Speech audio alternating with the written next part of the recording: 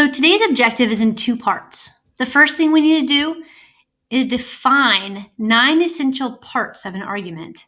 And then after that, we're going to identify those 9 essential parts in a text. So the lesson's going to start out pretty easy, where we just go through all these terms that you should know on the right hand of the text.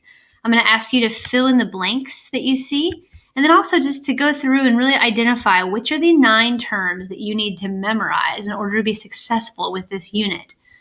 So as I type, you go ahead and fill in the blank. First of all, we have the topic is what the text is about. Next, the claim is the author's opinion or the main argument. So you can write that one down. Opinion or main argument. Reasons are the points that support the claim. So if someone was to ask you why you believe in a certain argument, for instance, why do you believe in having cell phones at school, the reasons are the points that you want to make to back up your claim. And then evidence are the facts and details that support the reasons.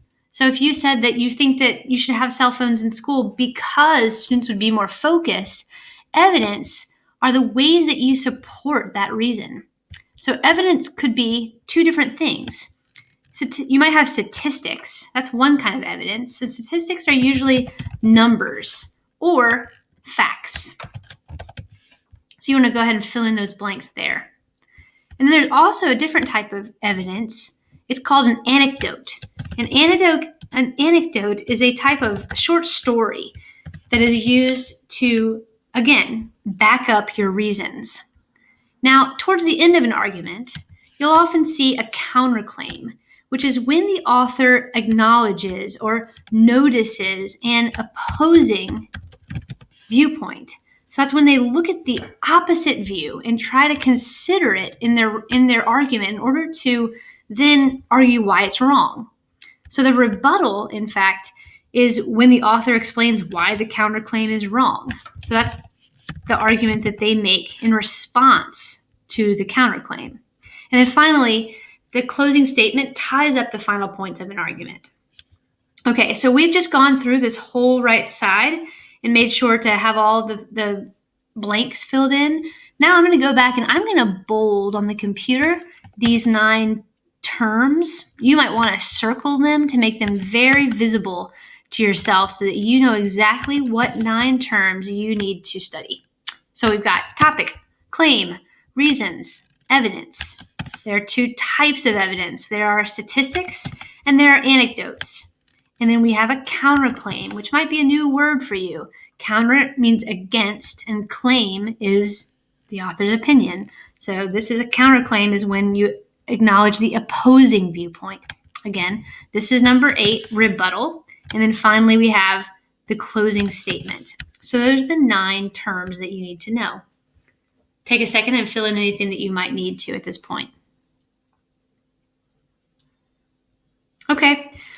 I'm going to keep on going, and I want to read this text on social welfare. And as I'm reading, you'll notice that I'm going to highlight certain words that might match the terms on the right-hand side. So I'm going to go ahead and begin reading the first paragraph, and then we'll see if we can identify the topic of the text and the claim in this first paragraph. Social welfare, or government assistance, is an essential part of a successful society. It is only natural that there are winners and losers in our competitive business world, and a great country should have a well-organized welfare system to help less fortunate citizens. So first, the topic. Who or what is this about? I'm going to highlight my topic in green. And then I'm going to identify, what is this about? Well, it seems to me it's all about social welfare. That's what this is all about. So I can tell that the topic is this whole paper is going to be something about social welfare. Now, the claim is the author's opinion or the main argument about the topic. So let me highlight that. And then I'm going to find it in this first paragraph. What is the author's opinion about social welfare?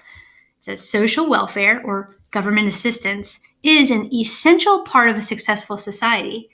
Well, in this case, the claim is actually mentioned right here in the first sentence. So I'm going to highlight that because it's the opinion about social welfare. It's basically saying we should have social welfare if we have a successful society. But then I noticed that in this paragraph, it's really repeated again. It says a great country should have well-organized welfare systems to help less fortunate citizens. So I'll highlight that. Now I've discovered the claim. Notice that it's even been repeated twice and the topic. Let's go ahead and read the next paragraph so that we can identify the reasons and evidence that are shared in the text. Without welfare, many unlucky people would suffer horribly when they undergo catastrophe. When a mother has a malignant tumor and loses her job, for example, welfare programs lift her and her children up until she is able to find new employment.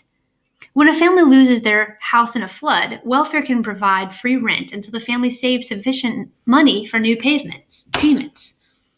Like a crutch provides support for a broken ankle, welfare can support suffering people until they are healed.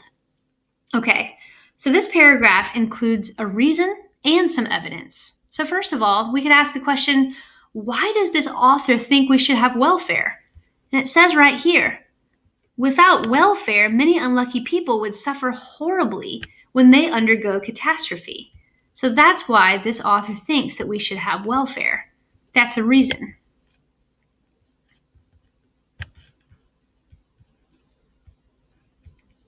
The rest of the paragraph is full of evidence. Let's look and see what kind of evidence we have. When a mother has a malignant tumor and loses her job, for example, welfare programs lift her and her children up until she is able to find new employment. Well, that's some evidence. And then it goes on to talk about a family in a flood and how the welfare can help provide rent. So that's all example of evidence. So I'm going to highlight that in a different color, and knowing that that is a type of evidence. Now, here's my question. What kind of evidence in it? Let's say that we put an asterisk next to statistics, and we could put a smiley face next to anecdotes. Let's see what I can find. A mother with a malignant tumor, what do you think? Is that a statistic or an anecdote? Is it a number or a short story? I think this one is definitely a short story, because it's talking about a mother who gets sick. And so is the next one. It's also talking about a family that's lost their house in a flood. So these are two examples of anecdotes, and we've put a smiley face next to them both. Let's read the next paragraph to find out what additional reasons and evidence are offered here. Welfare also supports children who deserve that their needs are met in a society as rich as ours. Programs like Section 8, housing, and food stamps provide children with food and shelter. Currently, welfare programs provide food and housing for more than 14 million poor children. So it looks like this is saying that we should not only have welfare to help people who are undergoing catastrophe, but we should also have welfare to help children. So I'm going to highlight that second reason in orange. Now, the additional evidence that we have here is talking about the programs like Section 8 and food stamps. So that's some evidence. And then it goes on to give a statistic about how welfare is helping poor children. So I'll put an asterisk next to the statistic to remind myself what a statistic sounds like. Now, the last paragraph. Even though many working Americans grumble about the substantial taxes taken from their paycheck to pay welfare each month, it is our social responsibility to help the poor. It is selfish to ignore the poor and downtrodden, and we must ensure that wealth is shared throughout all people and social classes. In order to ensure a happy, healthy, peaceful society, we must ensure that welfare systems are maintained. So let me look here. I know that I'm going to find the counterclaim, the rebuttal, and the closing statement in this last paragraph. So let's identify, what is the counterclaim? The counterclaim is when we're going against the argument. So this right here is when Americans are grumbling. They don't want to provide welfare. So that would be an example of a counterclaim.